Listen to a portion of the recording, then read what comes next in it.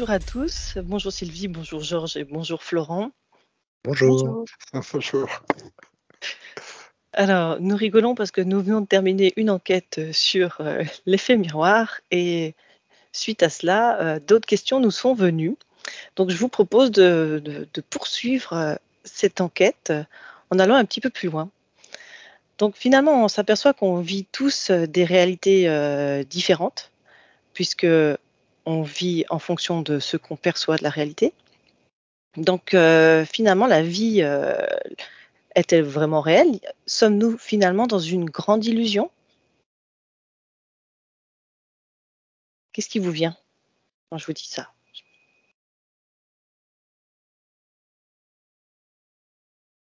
Moi, je vois effectivement quelqu'un avec le troisième œil ouvert et puis du coup qui projette sa réalité et qui avance comme ça. Mmh. C'est comme si tout autour de lui n'était que holographique et puis effectivement, lui, il a vraiment son écran de réalité puis il avance comme ça en fait. C'est la première info que j'ai. D'accord. Sylvie?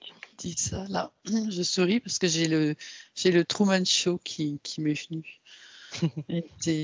Voilà, on vit dans le film qu'on veut bien se Créer? Oui, qu'on veut bien se donner, comme si tout était un peu illusion. Mmh. OK. Georges? Et moi, je voyais, en fait, chaque personne avance dans sa vie et en fonction de ce qu'elle est, enfin, de ses perceptions à elle et sa réalité, ça n'a rien à voir avec celle de quelqu'un d'autre. Quelqu'un d'autre va être, ou pour faire simple, va voir que des choses positives, formidables, etc. Et l'autre personne, ça va être que négatif. Mais quelque part, c'est comme si il n'y avait pas c'est chacun a sa réalité et il n'y a pas de, comment dire, il n'y a pas de vraies choses, quoi. C'est-à-dire que chacun est dans sa bulle. Ce que je vois, c'est chacun est dans sa bulle et ça se rencontre pas forcément, quoi. Mmh. D'accord.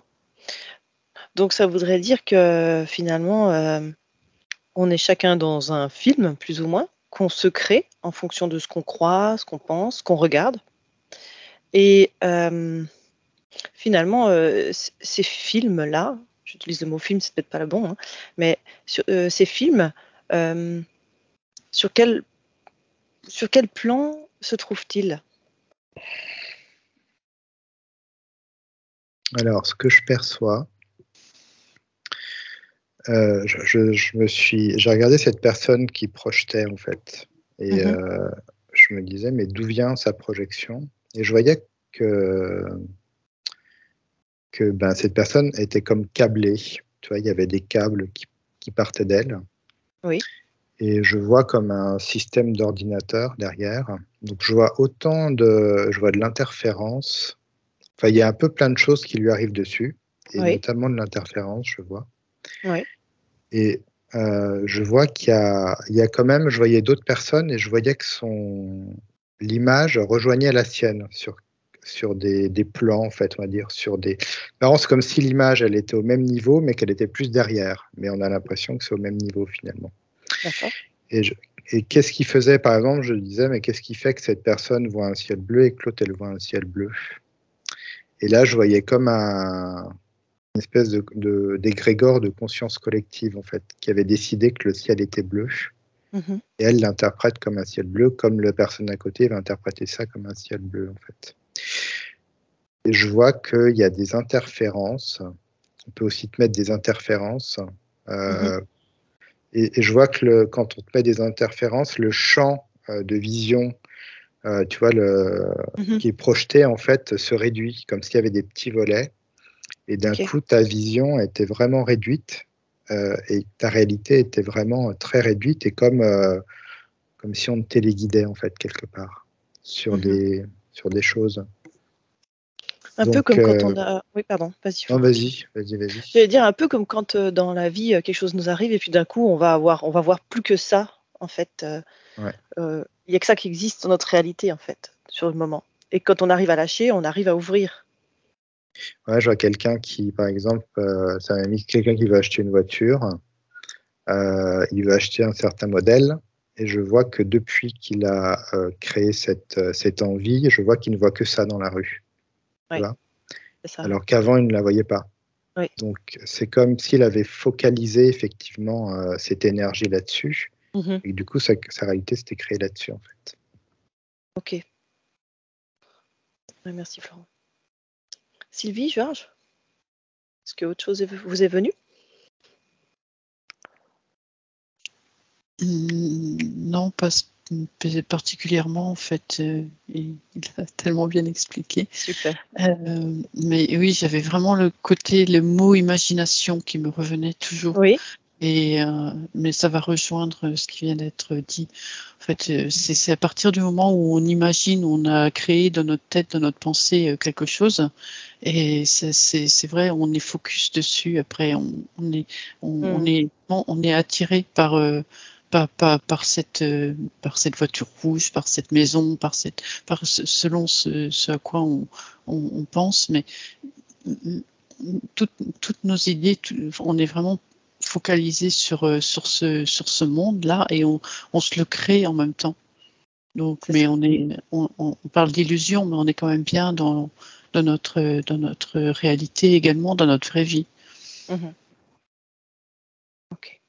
Merci Sylvie. Georges? Ouais, moi, effectivement, je voyais comme si on avait un espèce de phare au milieu du front. Bah, Florent parlait de troisième œil, ou en tout cas un spot.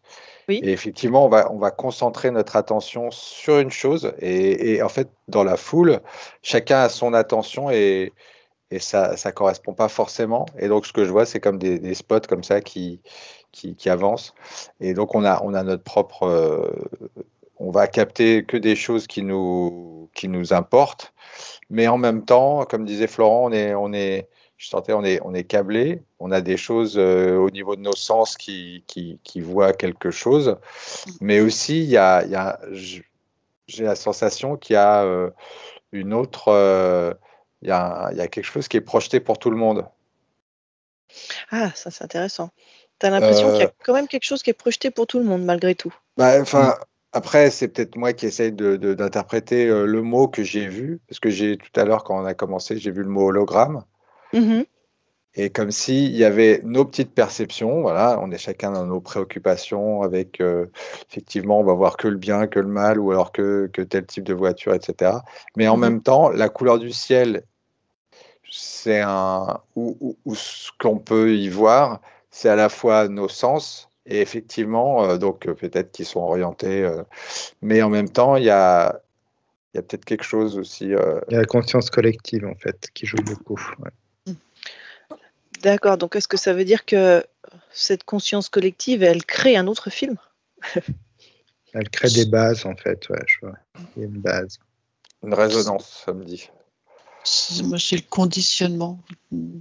Oui. Quand on est conditionné avec tel mode d'activité, tel mode de façon de fonctionner, on suit un conditionnement. Et c'est vrai, toutes les images nous sont suggérées, que ça soit par les écrans, la télé, ou enfin il y a tout plein de la publicité, il y a tout plein de façons pour inciter, suggérer dans l'esprit des gens des façons de consommer, d'être, etc. Et en fait, on n'arrive plus à s'extirper de toutes ces images, ça vient s'incruster dans le cerveau, dans la tête. Et c'est difficile, il faut avoir une volonté en fait après pour vraiment s'extirper et aller voir à côté qu'est-ce qu'il peut y avoir, quelle façon d'être, de vivre et comment faire. C'est déconditionner. Là, je vois qu'il faut être, tu vois, une personne qui n'est pas conditionnée, je vois qu'elle est très alignée avec tous ses corps. Je Je vois qu'elle a vraiment une connexion et du coup, elle a une ouverture de conscience, ce qui fait que elle a énormément d'informations qui arrivent en fait. C'est pas obtus, c'est pas des informations obtus en fait. Elle a tout un flot d'informations plus large. Oui. Ok. Donc ça veut dire qu'une personne qui a ça, elle a la capacité de voir beaucoup plus largement. Mais si par exemple on la met dans je sais pas, dans une civilisation, une culture qu'elle connaît pas du tout. Mmh. Du coup, elle sera pas conditionnée par cette culture. Et du coup, elle percevra quoi? Qu'est-ce qu'elle va voir comme film? Ben là, quand tu poses ta question, moi, c'est le mot découvrir qui me vient. Mhm. Elle Elle est dans la découverte, Mm. dans Donc, l'ouverture finalement. elle a pas de filtre a priori d'elle-même. Elle a pas les filtres. Elle découvre. Donc elle verra pas la même chose que les personnes qui sont habituées à cette culture voient dans le même événement. Ouais. D'accord. Et quand vous dites que donc on est câblé, ce conditionnement, donc finalement on est câblé à des égrégores, c'est ça? C'est ça qu'on peut. D'accord. Ok. Et je peux vous inviter à faire une chose un peu folle, mais imaginez qu'il n'y ait plus d'égrégore et que nous soyons plus câblés à quoi que ce soit. Qu'est-ce qui se passerait?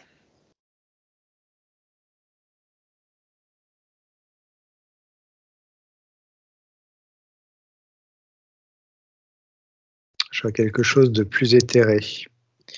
C'est comme si la 3D, cette vie en 3D, tu vois, qui est plutôt dans la matière, devenait moins palpable, en fait. Mais on resterait en 3D? On pourrait appeler ça la 3D, mais ce serait une autre 3D, en fait. Je vois que c'est plus éthéré, en fait, puisque je vois que tous ces égrégores qui créent vraiment cette matière et cette solidité, ces structures, en fait, ne sera plus là. Ce qui fait qu'il y aura tellement de structures différentes de par la différence de chaque personne, chaque fréquence, que du coup, tout ça sera beaucoup plus subtil. Ouais. Les mots 3D ne matchent pas. C'est moi ce qui me vient quand tu dis ça, c'est vraiment ça, c'est très éthéré, c'est pure conscience qui me vient. On adhère plus, il n'y a plus d'adhérence à tous ces systèmes, il n'y a plus ça. C'est ça. Donc quand tu dis pure conscience, en fait, ce serait comme si on était des pures essences. Ou dans l'éther. C'est ça? C'est ça, il n'y a plus les filtres de tout ce qu'on peut ressentir. C'est pur, enfin, je sais pas comment l'expliquer. C'est marrant parce que du coup, ça me montre bien que la création de la matière, c'est vraiment de l'énergie condensée, tu vois, et condensée par les égrégores, tu vois. Je vois que du coup, comme ce sera plus aussi condensé, je vois que les atomes en fait sont modifiés. En fait, tu pourrais, je vois que en travaillant, tu peux modifier une chaise, une table, sa manière d'être, sa solidité. C'est parce qu'en fait, tu vois, je regardais quelque chose, un morceau de bois, et c'est un morceau de bois parce que effectivement, il y a tous ces égrégores qui vont avec. Je vois que s'il n'y avait plus cet égrégore-là, ce morceau de bois serait peut-être un liquide.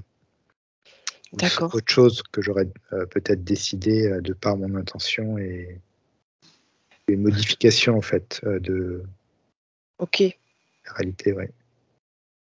Mais il y aurait quand même cette histoire de densité qui serait différente, j'imagine aussi. En fait, c'est un peu ça montre un peu ce qui est en train d'arriver.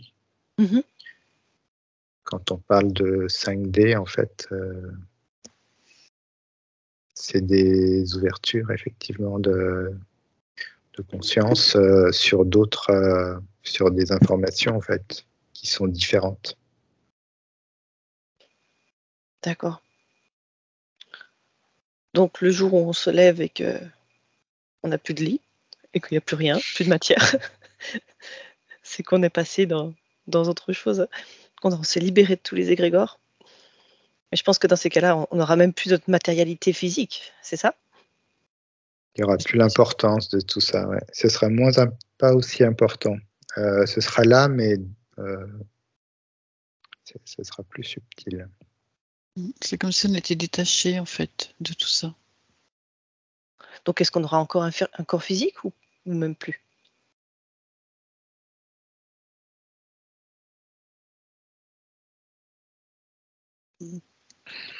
Plus on s'étère et moins on a nos parties physiques, en fait.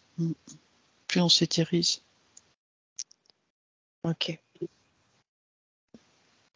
Je vois qu'il sera là, mais différemment, en fait. Il sera là Je vois qu'il sera plus, par exemple, câblé. Ce sera vraiment un corps dans toute sa splendeur samedi. Tu vois, qui sera libéré de croyances, de peurs. Et c'est comme si c'était une conscience à lui tout seul, quoi, ce corps. C'est marrant. C'est genre, même dans sa durée de vie, dans son expérimentation, et c'est totalement différent. Quand tu dis ça, ça me dit corps de lumière, en fait. C'est comme si notre partie physique ici, elle était, je sais pas, ça me relie comme si on était relié directement à notre partie galactique. C'est comme s'il y avait plus que cette lumière, en fait, qui nous traverse. On n'est plus que lumière. Et je vois plus le côté densité, c'est le prana, en fait, qui arrive là. Donc est-ce qu'on pourrait dire qu'à ce moment-là, il y aura plus de pensée, il y aura plus d'émotion aussi? Il y aura de l'amour, en fait. Ouais, L'émotion principale, c'est l'amour et la joie, je vois, et que ce sera construit par rapport à ça, tu vois. Construction du monde sera par rapport à tout ça. Okay. Donc ce sera totalement différent. C'est en ça que c'est totalement différent, en fait, ce qu'on arrive à apercevoir et à toucher de si on était vraiment débranché.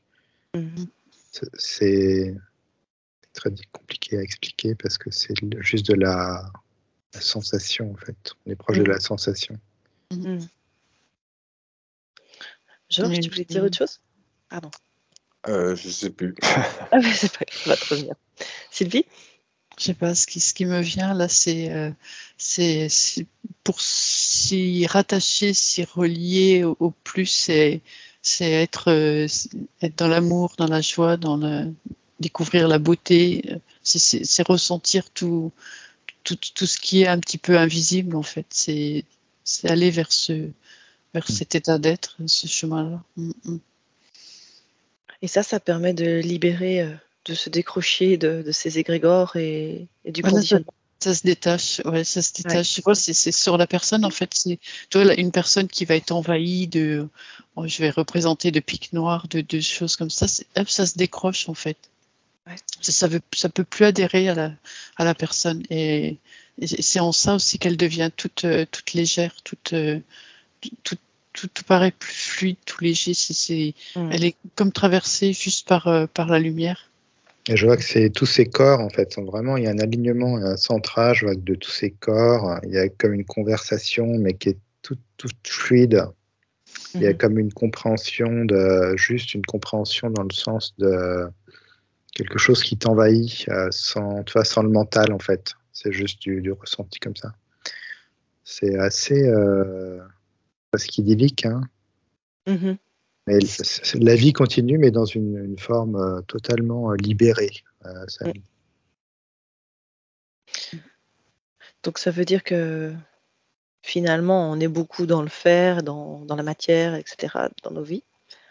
Mais si on s'amusait juste à se connecter à ce qui nous fait plaisir, ce qui nous fait vibrer, ça voudrait dire qu'on arriverait à faire sauter ces égrégores et être dans l'état que vous avez décrit. Ouais. On s'y rapproche, ouais. On y vient. Tout à fait.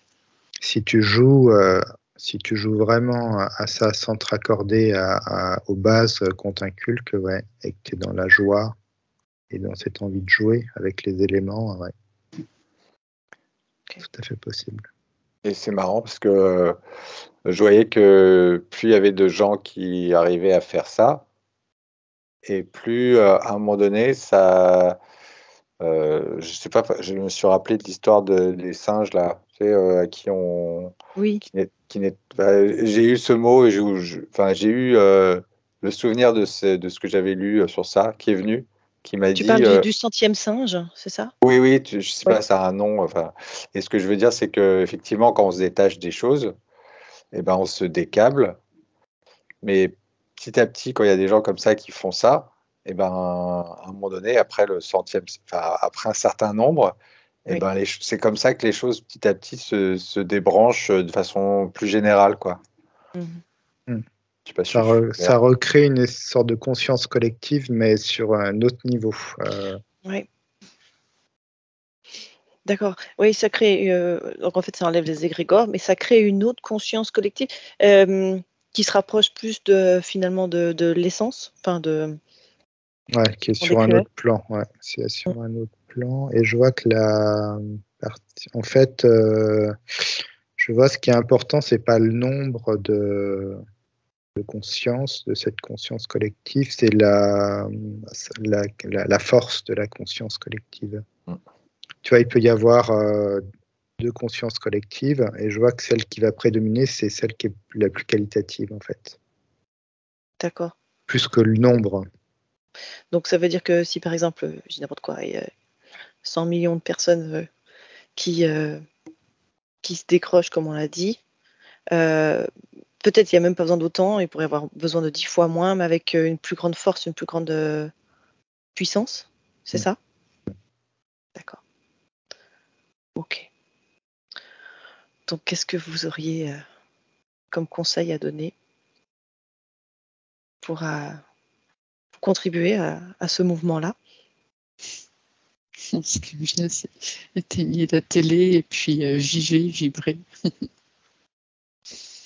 Moi, je vois quelqu'un qui a les yeux en l'air, en fait, dans le ciel. Mhm.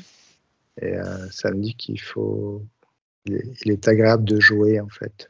Ça me dit qu'il faut demander des choses impossibles. Tu vois? Dans ce sens-là, en fait, impossible pour ton mental. Et du coup, demander, créer quelque chose d'impossible. Et Il faut aller après, dans ce sens-là. Ben, quand tu demandes voir, quelque chose d'impossible, ben, après, et ben, regarder comment ça se passe. Tu vois, c'est après palper ce ouais. qui va se passer. Et c'est comme ça que tu sors du conditionnement. Parce que ce qui n'était pas possible dans le conditionnement devient Mm. possible hors du conditionnement. Et là, tu commences, d'accord, ok, je vois. Georges, Moi, c'était plutôt pas regarder à l'extérieur et puis regarder d'abord à l'intérieur. Je visualisais le mouvement, regarder à l'intérieur d'abord pour, Mhm. euh, pour, pour, euh, pour être débranché de ça, quoi. Très bien, parfait. Bah, écoutez, un grand merci pour toutes ces informations et ces belles vibrations qu'on aura pu ressentir durant cette enquête. Je vous souhaite une bonne journée et puis je vous dis à très bientôt. Au revoir. Bientôt. Au revoir. Au revoir.